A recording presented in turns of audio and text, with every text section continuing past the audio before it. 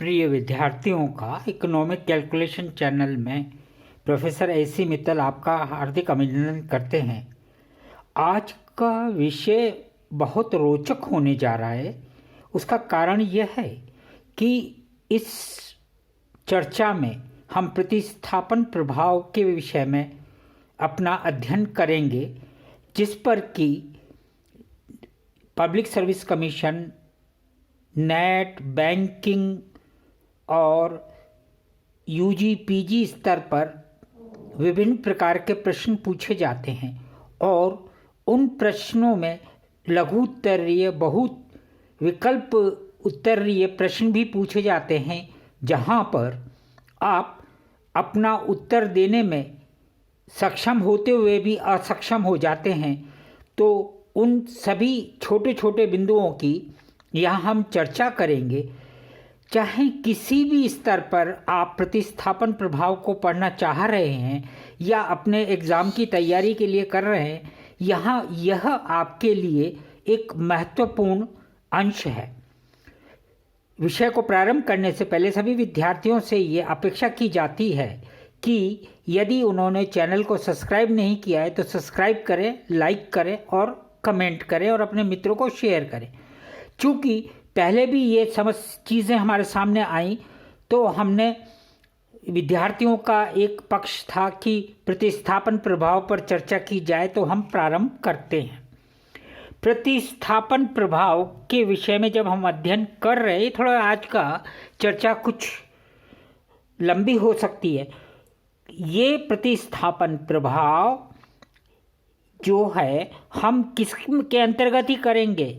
Price changes या price change और consumer behaviour, कीमत परिवर्तन और उपभोक्ता के व्यवहार के अंतर्गत ही हम प्रतिस्थापन प्रभाव का अध्ययन या विश्लेषण करते हैं। अब प्रश्न यह उठता है कि प्रतिस्थापन प्रभाव किसे कहा जाए।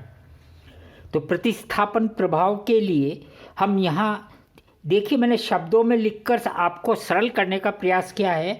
प्रतिस्थापन प्रभाव या सब्स्टिट्यूशन इफेक्ट एक वस्तु या सेवा की कीमत परिवर्तन का प्रतिफल है। अर्थात जैसे कि आपने पढ़ा कि मांग का नियम, तो मांग का नियम भी क्या है? कीमत परिवर्तन का प्रतिफल है। तो यहाँ प्रतिस्थापन प्रभाव भी कहीं ना कहीं वही स्थिति है। अब किसी वस्तु या सेवा की कीमत परिवर्तन उस वस्तु या सेवा के उपभोग पर दो प्रकार के प्रभाव प्रदर्शित कर सकता है, दो प्रकार से प्रभाव पड़ सकता है। क्या? फिर सुनिएगा कि कीमत परिवर्तन उपभोक्ता द्वारा उपभोग की गई वस्तु के प्रति दो प्रकार की प्रभावों को उत्पन्न कर सकता है, आय प्रभाव और प्रतिस्थापन प्रभाव। अब एक वस्तु या सेवा की, देखिए ध्यान से इस सेंटेंसेस को आप ध्यान से समझ जाएंगे तो कोई समस्या नहीं है। एक वस्तु या सेवा की कीमत परिवर्तन का उस वस्तु या सेवा के उपभोग तथा अन्य वस्तुओं और सेवाओं के उपभोग में होने वाले परिवर्तन का अध्ययन प्रतिस्थापन प्रभाव द्वारा किया जाता है, जबकि वास्तविक आय स्थिर रहे। यानी कि आपको प्रतिस्थापन प्रभाव में क्या चाहिए? एक वस्तु की कीमत में परिवर्तन और उसके उपभोग में परिवर्तन, अन्य वस्तुओं और सेवाओं के उपभोग में परिवर्तन, जबकि वास्तविक आय में कोई परिवर्तन नहीं हो। तो क्या चीज़ बन के निकल के आती है? वह हमारे आगे प्रतिस्थापन प्रभाव से हम उसको स्पष्ट कर सकते हैं। अब यहाँ फिर देखिए, पुनः मैंने लिखने का प्रयास किया कि प्रतिस्थापन प्रभाव वह प्रभाव है जिसके कारण उपभोक्ता उस वस्तु या सेवा को क्रय करता है जिसकी स्थानापन्न वस्तु या सेवा की तुलना में कम सापेक्ष कीमत होती है। तो स्पष्ट हो गया, स्थानापन्न वस्तु चाहिए, जबकि वहाँ पर सापेक्ष कीमत परिवर्तन होना चाहिए। यानी कि एक वस्तु या दोनों वस्तुओं की कीमत में क्या होना चाहिए? परिवर्तन होना चाहिए। जबकि फिर यहाँ पर उपभोक्ता की जो वास्तविक आय है उसको क्या रखा जाएगा, स्थिर, या रियल इनकम को क्या रखा जाएगा, स्थिर। अर्थात वस्तु या सेवा का विकल्प जितना निकटतम होगा, क्योंकि स्थापनता होगी तो वस्तु या सेवा का विकल्प भी क्या होगा, निकटतम होगा। तो क्या बात मुख्य निकल के आई कि वस्तु सेवा की मांग की आड़ी लोच, यहाँ पर हम मांग की आड़ी लोच ले रहे हैं क्योंकि दो वस्तुएं हैं। तो क्या संदर्भ आ रहा है, जब हम दो वस्तुओं के, एक वस्तु की कीमत में परिवर्तन का अन्य वस्तु के ऊपर मात्रा पर परिवर्तन के अनुसार जो हम निकालते हैं कैलकुलेशन, या हम दिशा निकाल के उसके अंदर हम संख्यात्मक मान निकालने की कोशिश करते हैं, तो मांग की आड़ी लोच हमारे सामने उत्पन्न होती है। अब मांग की आड़ी लोच प्रतिस्थापन प्रभाव में हमेशा धनात्मक या पॉजिटिव होती है। सापेक्षिक कीमतों में परिवर्तन यानी वस्तु और सेवा, उपभोग या मांग परिवर्तन किसको प्रस्तुत कर देगा, प्रतिस्थापन प्रभाव को उत्पन्न कर देगा। अब यहाँ पर हम पुनः उसको विश्लेषित करते हैं कि प्रतिस्थापन प्रभाव मात्र सापेक्षिक कीमतों में परिवर्तन का परिणाम होता है। यानी जो दो वस्तुएं हम तटस्थ वक्र विश्लेषण में ले रहे हैं उनकी सापेक्ष कीमतों में परिवर्तन, यानी एक बढ़े एक घटे, एक बढ़े एक घटे, या एक स्थिर है एक बदले। तो वास्तविक आय फिर वही क्या इसके लिए जरूरी है, वास्तविक आय और मौद्रिक आय।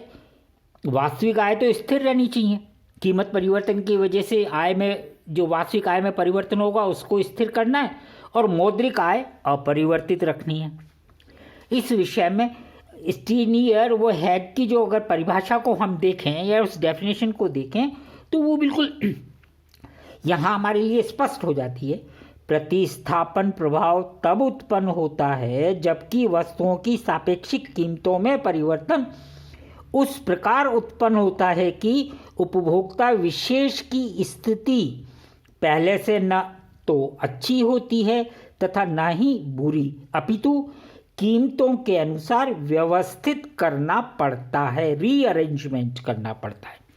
तो यहाँ पर प्रमुख तथ्य क्या है, आय प्रभाव और कीमत प्रभाव किसके द्वारा, मौद्रिक आय स्थिर रखकर, और प्रतिस्थापन प्रभाव किसके द्वारा, वास्तविक आय स्थिर रखकर। तो ये आपके एग्जामिनेशन में जो बहुविकल्पी उत्तर हैं कि आय प्रभाव कीमत प्रभाव किसके द्वारा, मौद्रिक आय स्थिर करके, और प्रतिस्थापन प्रभाव वास्तविक आय स्थिर करके, इन दोनों का आप अगर स्पष्ट रखेंगे अपने मस्तिष्क में तो आप किसी भी प्रकार का प्रश्न हल कर सकते हैं। पुनः आप ले लीजिए कि वास्तविक आय अगर स्थिर है, ठीक है, अतः मात्र सापेक्ष कीमतों में परिवर्तन के कारण उपभोक्ता पर प्रभाव को ज्ञात किया जा सके, ये हम कर ही रहे हैं। कीमत परिवर्तन से उत्पन्न आय प्रभाव को समाप्त करने के लिए मौद्रिक आय में परिवर्तन करना होता है। ठीक है, यहाँ तक की बात एक हो गई। अतः कीमत घटने के कारण जो वास्तविक आय वृद्धि होती है, कीमत घटना वास्तविक आय वृद्धि होना, उपभोक्ता की उतनी मात्रा मौद्रिक आय कम करना होगा, क्योंकि मौद्रिक आय वास्तविक आय बढ़ जाएगी तो उसको मौद्रिक आय से हम कम करेंगे, जिससे वास्तविक आय की वृद्धि समाप्त हो जाए। यहाँ यह बहुत स्पष्ट होना चाहिए कि वास्तविक आय वृद्धि को समाप्त करने के लिए हम मौद्रिक आय को भी अगर हम करें तो समायोजन हो सकता है, और इस प्रक्रिया को हम आय के क्षतिपूरक परिवर्तन के नाम से या उसके द्वारा जानते हैं। यानी वास्तविक आय में वृद्धि मौद्रिक आय के द्वारा कम करना, ये क्या कहलाएगा, ये कहलाएगा आय में क्षतिपूरक परिवर्तन। अब अगर हम आगे चलें तो प्रतिस्थापन प्रभाव की व्याख्या करें तो ये व्याख्या हम दो प्रकार से कर सकते हैं, एक तो हिक्स का विश्लेषण और दूसरा स्लस्की का विश्लेषण। तो वस्तु तो क्या इंपॉर्टेंट बात है, वस्तु तो दोनों विश्लेषण में अंतर मौद्रिक आय की उस मात्रा से संबंधित है। क्या इसमें हिक्स और स्लस्की में मौद्रिक आय की उस मात्रा से संबंधित है जो कि कीमत परिवर्तन के परिणाम स्वरूप उपभोक्ता की वास्तविक आय में परिवर्तन को समाप्त करने के लिए आवश्यक है। अब हिक्स का मत है कि सापेक्ष कीमतों में, ये तो कॉमन बात हो गई। अब हिक्स ने का क्या, सापेक्ष कीमतों में परिवर्तन रिलेटिव प्राइसेस चेंज में जो है फलस्वरूप उपभोक्ता पहले की तुलना में ना तो अच्छी स्थिति में पहुंचता है न ही खराब स्थिति में। किसके द्वारा, परिवर्तन के द्वारा। क्या लिए, तो दो वस्तुओं का क्रय मात्र पुनः व्यवस्थित यानी रीअरेंज करना है कि भाई एक की मात्रा को बढ़ा दिया तो दूसरे की मात्रा को घटा दिया, ये रीअरेंज करना है जो हम तटस्थता वक्र पर प्रतिस्थापन प्रभाव द्वारा एक्सप्लेन या प्रदर्शित कर सकते हैं। अब यहाँ पर आप देखिएगा पुनः प्रश्न यह है, देखिए ये सब एक एक नंबर या छोटे छोटे प्रश्नों के उत्तर हैं जो आप देने में जानते हुए भी गलत करते हैं, वहाँ की बात है। सैद्धांतिक दृष्टिकोण से यह संभव है कि सापेक्ष कीमतों का परिवर्तन अवश्य ही आय प्रभाव को उत्पन्न ना करे। यहाँ यही चीज़ आप ध्यान से समझें कि सैद्धांतिक दृष्टिकोण से थ्योरेटिकली हम कह सकते हैं सापेक्ष कीमतों का परिवर्तन अवश्य आय प्रभाव को उत्पन्न ना करे। ठीक है, तो क्या चीज़ निकल के आई कि हिक्स का जो प्रतिस्थापन प्रभाव है हम दो परिस्थितियों में अध्ययन कर सकते हैं। इस सेंटेंस से ये चीज़ निकल के आई कि दो विभिन्न परिस्थितियों में अध्ययन किया जा सकता है। वो दो कौन कौन सी हैं? पहली, सापेक्षिक कीमतों में परिवर्तन आय प्रभाव उत्पन्न करे। तो उक्त संदर्भ में हम मान्यता लेते हैं कि अध्ययनरत दोनों वस्तुएं x तथा y की सापेक्ष कीमतें परिवर्तन होती हैं। यानी एक वस्तु हम x ले रहे हैं उदाहरण में और एक y वस्तु, तो वस्तु x सस्ती, वस्तु y का महंगी होना हम अपने मान्यता में लेते हैं। दूसरी मान्यता क्या लेते हैं कि वस्तु y की कीमत वृद्धि जो है वस्तु x की कीमत की कमी को पूर्णतः नष्ट कर देती है। यहाँ क्या ऑफसेट हो जाता है, अतः वस्तुओं से प्राप्त संतुष्टि का स्तर समान ही रहता है। इस प्रकार आय प्रभाव उत्पन्न नहीं होगा। ठीक है, और उपभोक्ता की मौद्रिक आय जो है वो क्या रखी गई है, अपरिवर्तित। अब हम यहाँ देख सकते हैं इस डायग्राम में, देखिएगा यहाँ से ये मूवमेंट और एक ये मूवमेंट, ये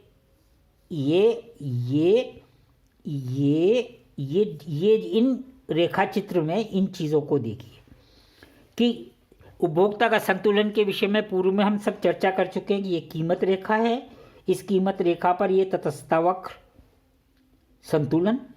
अब कीमत परिवर्तन होता है, एक बढ़ता है दूसरा घटता है, तो क्या होगा कि नई कीमत रेखा बन जाएगी।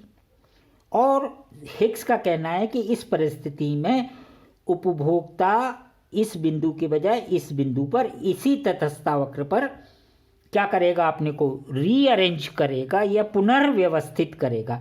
अर्थात x वस्तु की इतनी मात्रा बढ़ गई और y वस्तु की इतनी मात्रा घट गई और इस संतुष्टि का स्तर किस पे ही रहा, समान रहा। ये यहाँ हमने लिख दिया है जिसको आप स्पष्ट रूप से जान सकते हैं सांकेतिक रूप में। ठीक है, तो ये क्या हो गया, मौद्रिक आय अपरिवर्तित जो हुआ उसमें हमने परिवर्तन को क्या कर दिया, पुनर्व्यवस्थित कर दिया। अब दूसरी परिस्थिति में हम ले कि सापेक्ष कीमतों में परिवर्तन आय प्रभाव उत्पन्न करता है, तो उत्पन्न आय प्रभाव को समाप्त करने के लिए आय में क्षतिपूर्वक परिवर्तन करना होगा। जिसके लिए हम समतुल्य परिवर्तन शब्द का भी इस्तेमाल करते हैं। इसके लिए भी वही मान्यता कि वस्तु x की कीमत कम होनी चाहिए, वस्तु y की कीमत अपरिवर्तित, उपभोक्ता की मौद्रिक आय अपरिवर्तित। इन मान्यताओं के आधार पर आप देखिएगा कि ये कीमत रेखा, ये संतुलन। उसके बाद में अगर ये कीमत, यहाँ क्या कहा है हमने, x की कीमत कम हुई तो क्या होगा, उपभोग कीमत रेखा बदल जाएगी, क्योंकि कंपनसेशन नहीं हो रहा, y की कीमत बढ़ नहीं रही है। तो क्या होगा, नया कीमत रेखा आ जाएगी, उस पर किसी दूसरे तटस्थता वक्र यानी उच्च संतुष्टि के स्तर पे पहुंचना है, तो ये IC2 हो गया। किंतु हिग्स कहते हैं कि ये जो मौद्रिक आय जो बढ़ी है या वास्तविक आय जिसको कहे वस्तुतः बढ़ी है, इसका हम समतुल्य परिवर्तन कर दें या क्षतिपूर्वक परिवर्तन कर दें, अर्थात ये क्या है, बिंदु B से C चलना क्या है, आय प्रभाव है ना। तो इतना ये जो डिफरेंस आप देख रहे हैं कीमत रेखाओं का समानांतर, इसको हमने यहाँ लाके वापस क्षतिपूर्वक कर दिया, यानी इसको माइनस ये इतना कम कर दिया, तो संतुलन का स्तर क्या हुआ, यहाँ आ गया। अब यहाँ एक चीज़ देखने की है कि प्रारंभिक स्थिति में ये मात्रा और ये मात्रा, फिर रीअरेंज में क्या, मतलब रीअरेंज से पहले क्या हुआ, अगर यहाँ थी तो ये मात्रा और ये मात्रा, तो ये क्या हो गया, ICC या आय उपभोग वक्र, यानी कि बिल्कुल ऊपर गया। अब हमने क्या करा, ये जो बढ़ी हुई आय है इसको कैसे घटा दे, तो इसको हमने क्षतिपूर्वक के द्वारा घटा के नया संतुलन का बिंदु यहाँ ले आए और ये मात्राओं की पुनर्व्यवस्था हो गई। तो यहाँ से यहाँ ना जाके हम वस्तु x में या नीचे जो इस x एक्सिस पे वस्तु लिए ये मात्रा आई, और y में जो है कौन सा आया, ये आया, इतना। तो ये वस्तुतः आपका प्रतिस्थापन प्रभाव के विषय में प्रारंभिक जानकारी है। आप लोग इसको वीडियो पूरा देखिए, बार बार देखिए, तभी आपको कॉन्सेप्ट समझ में आएंगे। लाइक कीजिए, सब्सक्राइब कीजिए, मित्रों को बताइए, कमेंट कीजिए, और हम इसके अगले भाग में इससे संबंधित अन्य समस्याओं के विषय में चर्चा करेंगे। धन्यवाद।